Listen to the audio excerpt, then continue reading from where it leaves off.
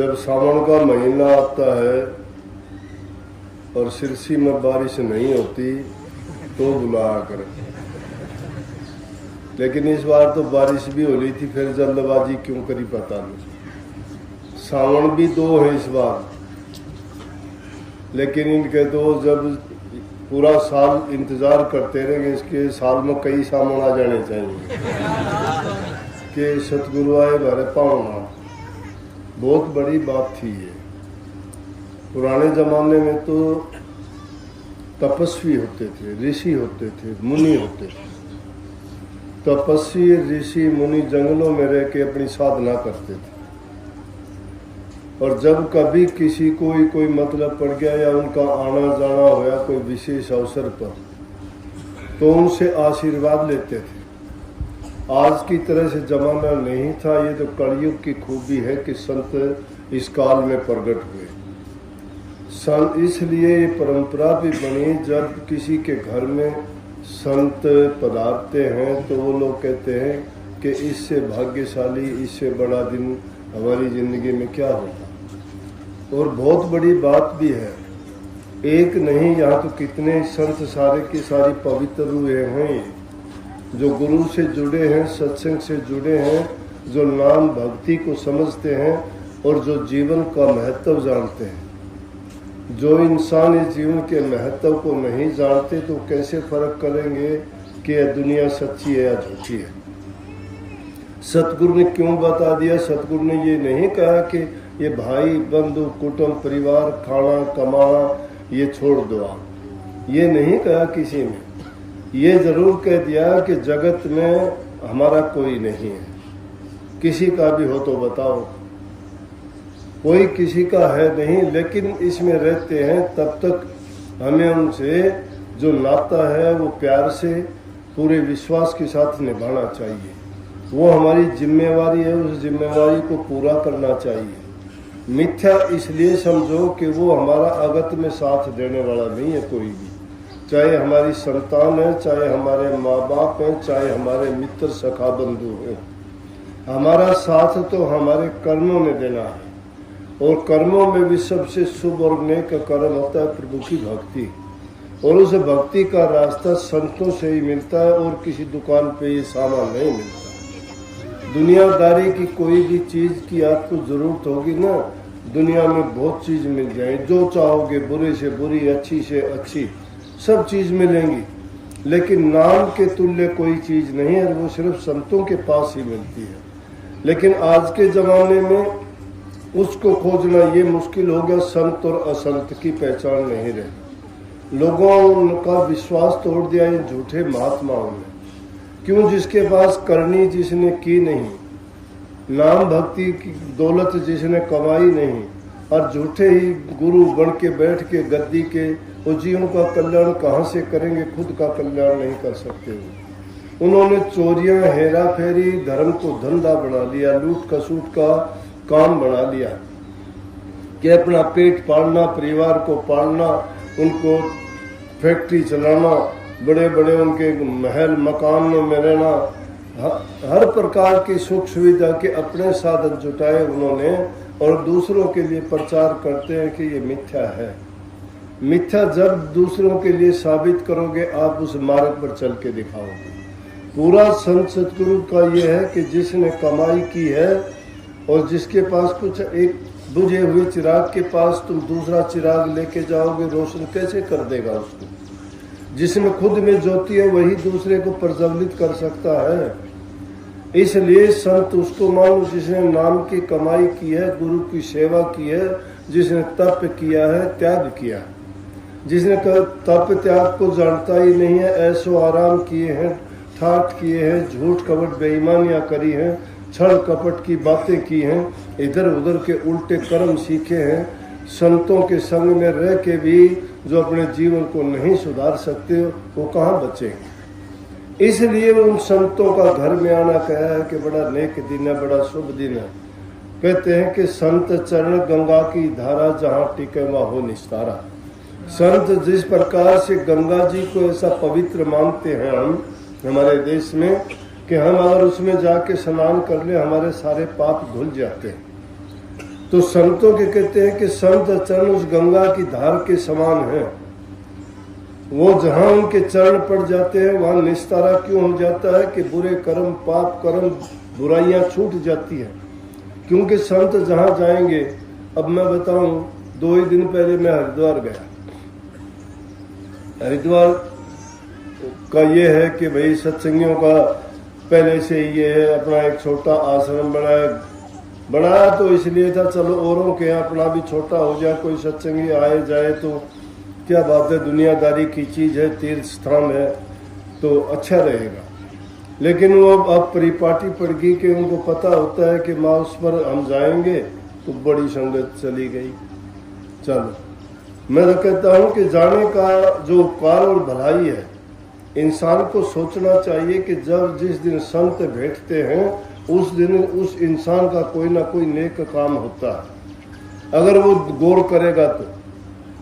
उसी टाइम एक ऋषिकेश से अपने सत्संगी था लड़का, वो कहने लगा जी मैं एक होटल चलाता हूँ, आपको होटल में चलना पड़ेगा, बहुत पहले से पीछे पड़ा। मैं कहने लगा चलो भाई टाइम है तो उसका भी पूरा कर दे, नहीं तो ये सारी जिंदगी कहता रहेगा, आज ये नहीं तो और पीछे पड़ जाएगा कोई, लेकिन इसका तो करे काम। चले गए ऋषिकेश में, उसके होटल में गए, वो कमरे बेचारे ने अच्छी आओ भागत की, चाय पानी पिया, आरती विनती करवा दी, वहाँ मंगलाचरण का पाठ किया। और जब चलने लगे तो मैं बोला बाथरूम कहाँ है तेरा? तो नीचे जब रिसेप्शन पे बोले, मैंने अपने आप में मैंने देख लिया, बाथरूम में जाके देखा तो 10 सिगरेट पिए हुई पड़ी उसमें, पीछे के टोटके पड़े हो सिगरेट की। मैं बड़ा, और उसमें इतना बुरा हाल, आदमी खड़ा नहीं हो सकता। मैं बाहर आके बोला भाई उसमें सिगरेट कौन पिए? बोला तू पीता? बोला ना जी मैं तो नहीं पीता। उसकी माँ बोल पड़ी पीता है जी, झूठ बोलता है। मैं बोला यार, मैं कोई आपको ये थोड़ा कह रहा था, मैं तो पूछूं था क्योंकि इतना गंद खाना, कोई आदमी आके उसमें घुस भी नहीं सकता, कम से कम सफाई तो कर देता। मैंने बोला जी गलती होगी, आइंदा के लिए मैं नहीं पीऊंगा। तो ये होता है, गए उसके तो उसका ऐब छूटा कि नहीं छूटा। तो जहां जिस गली से संत गुजरते हैं वहां कोई न कोई वो हित ही करते हैं। ये ना सोचो कि बुरा करने के लिए या उसकी कोई बुराई करने के लिए या उसके बारे में कोई गलत बात कह दी, नहीं। जो भी संत कहते हैं वो दूसरे के हित की बात कहते हैं, उसके संभालने की बात कहते हैं, उसके लाभ की बात कहते हैं। वो किसी न किसी रूप में जीव का हित करेगा, चाहे वो मजाक में कही जाए, चाहे उपदेश के रूप में कही जाए, चाहे वो गुस्से में भी कही जाए। असल तो संतों का गुस्सा होता क्या है? वो गुस्सा दातक होता है, घातक नहीं होता। घातक गुस्सा वो होता है किसी का नुकसान करने के लिए करते हैं, लेकिन किसी का भला करने के लिए अगर गुस्सा किया, जरा छोड़ दे भाई, हुक्का बीड़ी छोड़ भाई, झूठ बोलना छोड़, लड़ाई झगड़ा छोड़, तो इस पर अगर गुस्सा करते हैं तो उसकी भलाई के लिए है ये। इसलिए कहिए संत चरण 68 से उत्तम, 68 तीर्थों को बड़ा मानते हैं, लेकिन महापुरुषों ने फरमाया है संत चरण 68 से उत्तम भूमि पवित्र जहां पग धरते हैं। जिस भूमि पर पग धरते हैं वो भूमि पवित्र हो जाती है। ऋषियों के आश्रम है, वहां जाके अगर देखोगे, क्यों कहते हो वाह बड़ी शांति मिलती है।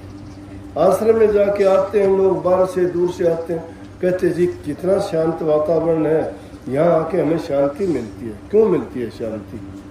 जिस वातावरण में तुम रहते हो, जैसे वहां काम करते हो, जैसे वहां विचार हैं, जैसी वहां बातें होती हैं, वो ऊपर उठ के ऐसी आभा बढ़ा देते हैं, ऊपर आने वाले आदमी पर वैसा ही वो असर डालते हैं। जैसे किसी बुरी जगह में जाते वहां बदबू आएगी, नाक पकड़ लोगे, क्योंकि वहां बदबू फैली हुई है। जहां नाम की कमाई भक्ति की जाती है, वहां अच्छे परमाणु आकाश में मंडराते हैं, शांति देने वाले, प्यार देने वाले, भक्ति वाले आदमी के मन को वो बड़ा सगुन देते हैं। इसलिए कही है कि भूमि पवित्र। अब हर की पेड़ी क्यों पवित्र है? श्री रामचंद्र जी के पैर टिके थे इसलिए पवित्र है, नहीं गंगा तो बड़ी लंबी चौड़ी चलती है, पूरे हिंदुस्तान को चीरती हुई जाती है। वही विशेष जगह क्यों है? अब ये अपने मथुरा की भूमि क्यों पवित्र है? श्री कृष्ण जी वहां घूमे फिरे, वो भूमि पवित्र मानते हैं, देव भूमि मानते हैं, देवताओं का जहाँ विचरण होता है, जहाँ महापुरुष होते हैं वहाँ वो अपनी अच्छे परमाणु, उनके अच्छे जो प्रभाव हैं वो वहाँ फैले हुए होते हैं। जो भी वहाँ जाता है उनके विचारों को पवित्र बना देते हैं, बदल देते हैं। तो इसलिए गृहस्थी लोगों ने भी इस चीज को पाके कहा कि आओ हमारे घर, आज संत जन पधारे हैं। और वो तो ऊंची बात कह दी कि गगन मंडल में दमामा बाजिया या वहाँ पर ये धुन हो रही है, ये हो रही है, ये बात ठीक है, लेकिन वो तो जानने के लिए बहुत टाइम लगता है। देखा देखी की बनावटी बातें करने से कुछ नहीं होता। लेकिन मुख्य बात ये बताता हूँ, घर गृहस्थी वाले आदमी जिन्होंने नाम की दीक्षा ली है, वो अगर बुराइयों को छोड़ दे, तुम्हारा नुकसान नहीं होगा। कभी सोचते हो मैं झूठ नहीं बोलूंगा तो मेरा काम नहीं चलेगा, मैं कहता हूँ उससे भी ज्यादा चलेगा। परेशानी अगर होगी तुम्हारे, हो सकती है कंजूसी या गरीबी आ सकती है, दूसरी चीजों की भी तुम्हें कमी और तकलीफ महसूस कर सकते हो, लेकिन तुम्हारी अंतर आत्मा और तुम्हारे मन में जो शांति होगी उसका कोई मोल नहीं होगा।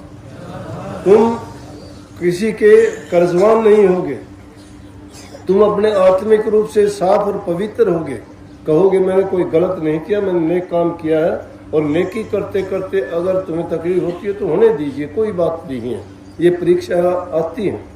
परंतु नाम एक ऐसी चीज है, उस नाम का अगर सुमरण मात्र भी तुम कर लोगे, ध्यान तो बहुत दूर की बात है। बेशक ये झूठे आदमी कई आके कहते हैं ना मेरा ध्यान लगता है, ये लगता है, पहले लगता था अब नहीं लगता, मुझे प्रकाश होता है, मुझे नहीं, मैं नहीं मानता इन बातों को। उन चीजों को प्राप्त करने के लिए आदमी को बरसों बीत जाते हैं, क्योंकि जब तक निवृत्ति का मार्ग नहीं आदमी अपनाता है, उस पर नहीं चलता है, तब तक बड़ा कठिन है। घर गृहस्थी में लाखों प्रकार की तकलीफें संतान की है, परिवार की है, दुख दर्द की है, रिश्ते नातों की है, और रोजी रोटी की है। बहुत आदमी को इतनी जरूरतें होती हैं कि आदमी के मन का बिखराव होया रहता है। उसे इतना एकाग्रचित नहीं हो सकता कोई भी, अगर सोचता हो कि नहीं घर में रह के कोई इतना विरक्त हो जाए। इतना जरूर है कि जिसने नाम ले लिया, नाम एक वो तकमा है, एक ऐसा कवच है जिसको पहनने से बुरी जो बुराइयां हैं उस पर असर नहीं करती, काल की शक्तियां उस पर अपना वार नहीं कर सकती, माया उनके ऊपर अपना दाव नहीं चला सकती। इसलिए नाम का सुमरण मात्र करने से भी आपके लाखों दुख दर्द पीड़ा दूर हो जाएगी और आपको शांति मिलेगी। लेकिन उस नाम का सुमरण करते करते ही अपने आप तुम्हारी अवस्था बदलती चली जाएगी और वही तुम्हारा सुमरण तुम्हें ध्यान में अपने आप ले जाएगा। तुम अगर कोशिश करके ध्यान में जाते हो ना, कोशिश करके प्रकाश देखना चाहते हो ना, या अपने आप तुम ताकत लगा के अंदर की धुन सुनना चाहते हो ना, तो वो तुम्हारा बनावटीपन होगा, तुम्हारा ख्याली भक्ति होगी, वो वास्तविक भक्ति नहीं है। वास्तविक भक्ति जब होगी जब सुमरण करते करते तुम खो दोगे अपने आप में, नाम में अपने आप को ऐसे रमा दोगे, नाम में और तुम में कोई अंतर नहीं होगा। जब बैठोगे उठोगे, तुम्हें काम करते हुए भी तुम्हारी वृत्ति नाम में ही लगी रहेगी। दुनियादारों को काम करते हुए दिखाई जरूर दोगे, लेकिन मन में तुम्हारे वही रहेगा, वही चलेगा। वहां से आदमी कभी बिछड़ता नहीं है। सुमन जब इतना पक्का हो जाता है ना, तो आदमी उसी में उसका वृत्ति जुड़ी रहती है, काम शरीर से करते हैं। इसीलिए जो किताब लिखी हमने कही कि हथ कारवल मन यार बल, मन को उसे यार की ओर, यार हमारा कौन है? गुरु है। परमात्मा हमने नहीं देखा, न परमात्मा का कोई चित्र है, न किसी ने परमात्मा का रूप आज तक दिखाया है, बताया है, लेकिन गुरु पर जिसका यकीन और विश्वास है वही गुरु रूप तुम्हें साधारण रूप में उनका अनुभव करवा देंगे। बता तुम भी नहीं पाओगे वो कैसा है, लेकिन अनुभव करवाएंगे, आपको जरूर करवाएंगे। तुम्हें अंदर में जब लेके जाएंगे, अंदर में जब उस जहूर को देखोगे तो आपको पता लगेगा कि हाँ मालिक का रूप ये है, लेकिन उसका ना तुम वर्णन कर सकते, ना उसकी तस्वीर बना सकते, ना किसी को दिखा सकते, ना समझा सकते, ना बता सकते। कबीर साहब ने भी कह दिया, साफ कहा उन्होंने, समझो बात को। क्या कहते हैं कबीर साहब? कहते अब दो क्या बतलाऊं कैसा एक अगम गोचर ऐसा। ये समझाता है कि मैं कैसे बताऊं। आप मेरे से पूछते हो कि भगवान का रूप बताओ। अब अपने सार वचन में भी वाणी है, गुरु मोय अपना रूप दिखाओ, गुरु मोय अपना रूप दिखाओ। गुरु का असली रूप क्या है? परमात्म रूप दिखाओ। कहते हैं ये भी रूप प्यारा मोको, इससे वो दर्शाओ अंदर वाला। उसके लिए कबीर साहब भी इनकार कर गए। कहते हैं कि अब दो क्या बतलाऊं कैसा एक अगम अगोचर ऐसा, जो कई ऐसो है भी नहीं, जिसको कहते हो वो नहीं है। वो आठमास का पुतला नहीं है, वो पांच तत्व का नहीं है, वो एक ही तत्व है। वो सर्वव्यापक है, सब में समाया है, रोम रोम में है, हर जर्रे जर्रे में है, यहाँ भी है वहां भी है, तुम में भी है, मुझ में भी है, इसमें भी है, फूल की पंखुड़ी में भी वही है, इसमें भी वही है, लेकिन प्रकट नहीं है। प्रकट जब हो जाएगा, जब मान जाओगे, समझ जाओगे, एक रूप हो जाओगे। लेकिन उसकी कुंजी और उसका रास्ता सुमन का ही रास्ता है। जब नाम का सुमन करोगे, धीरे धीरे करके जब नाम पक्का हो जाएगा, नाममय हो जाओगे, लय हो जाओगे, उसमें मिल जाओगे, जुड़ जाओगे, तो तुम्हें ना बताने की, ना पूछने की, ना दिखाने की जरूरत है, तुम्हारा काम हो जाएगा। इस काल और माया के देश से सहज में निकल जाओगे तो पूरा सतगुरु जिसको भेंट जाता है, उसके सारे भ्रम नस जाते हैं और उसका आगम का रास्ता खुल जाता है।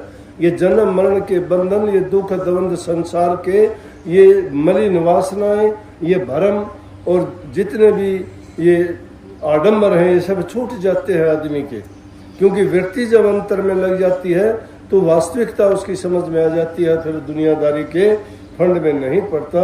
इसलिए कहीं सतगुरु दिया बता, जगत में कोई नहीं अपना, अपना है वो मैंने बता दिया, अपना सतगुरु के सिवाय कोई नहीं है। क्योंकि सतगुरु बिना मतलब के, बिना लालच के, बिना स्वार्थ के, बिना हित के हमारा भला करने के लिए आए हैं। उनकी बात मानेंगे, हमारा कल्याण होगा। सबको बहुत बहुत आशीर्वाद। राधा स्वामी।